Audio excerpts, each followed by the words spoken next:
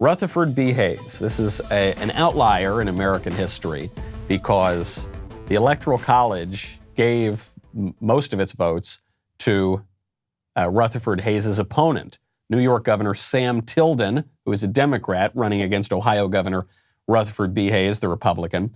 Tilden beat Hayes on the popular vote.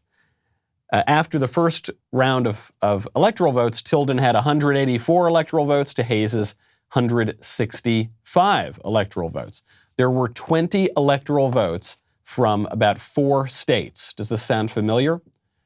There were 3 in particular that were really at play: Florida, Louisiana, and South Carolina. Okay. Then there was also the question of Oregon, this 4th state, where one elector was replaced after being declared illegal for being an elected or appointed official. So you've got these 4 outstanding states. What are we going to do? Sounds very, very familiar. The way they resolve this is that the Constitution provides, quote, "The President of the Senate shall, in presence of the Senate and House of Representatives, open all the electoral certificates, and the votes shall then be counted." So you have the electors go, right? You go to vote, and then the states pick a slate of electors. The electors go and they vote in the Electoral College. That's still not quite the end of it to declare the president-elect, because then the President of the Senate opens the votes in the presence of the Senate and the House of Representatives. They count the votes, and then you've got the president-elect.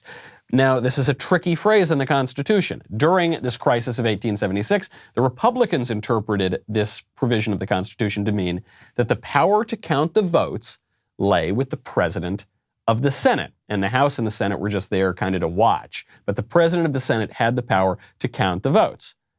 But because the President of the Senate was a Republican, then Hayes would win. Democrats interpreted this differently. They said that they needed to follow the practice that had been followed since 1865, which says that no vote that was objected to by anybody should be counted except by a concurrence of both houses of Congress, the Congress and the Senate. Now, because of this, because the Congress had the House of Representatives, rather, had a Democrat majority, that would have thrown the election to Tilden. So what are we to do? Even the Constitution here is a little unclear. Well, what happened is the Congress passed a law on January 29th, 1877, that formed a 15-member electoral commission that would then determine this presidential election. 5 members of the House, 5 members of the Senate, 5 members of the Supreme Court. The effect of this is what's called the Compromise of 1877, which gave the election to Rutherford B. Hayes, sometimes called Rutherfraud Hayes. How do you like that? Lame political nicknames were popular even in the 19th century. Hayes gets the presidency. However, Hayes has to promise to pull the federal troops out of the South and end Reconstruction, which Hayes does. This has sort of calamitous effects for everybody, but that's how that election panned out. Are we going to see something like that here? I'm not being flippant about it. We have a hotly contested presidential election. There is evidence of fraud, systemic fraud, actually. Some just came out within the last couple of days. We haven't had an election this hotly contested, possibly since 1876. So is this going to happen? Are we going to get the compromise of 2021? I don't think so.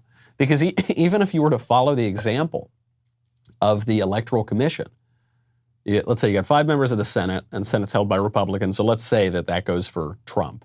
And then you got 5 members of the House, and the House is controlled by Democrats, so that goes for Biden. Then you got 5 members of the Supreme Court. The Supreme Court's already ruled in. They don't want to overturn the perception that Joe Biden won the election. So presumably, even on some kind of commission, electoral commission, that would still go to Biden. So I'm not particularly hopeful. But it is at least worthwhile to point out to people who say it's completely all over now. Technically, it's actually not totally all over now, but it certainly looks as though it is. I think that's why President Trump is trying to fit in so much into this last few moments here. Certainly on the vaccine. We talked about the vaccine for the virus, but even various actions that he can take to change the bureaucracy, actions to set up various special counsel, ways to speed up executions in the criminal justice system.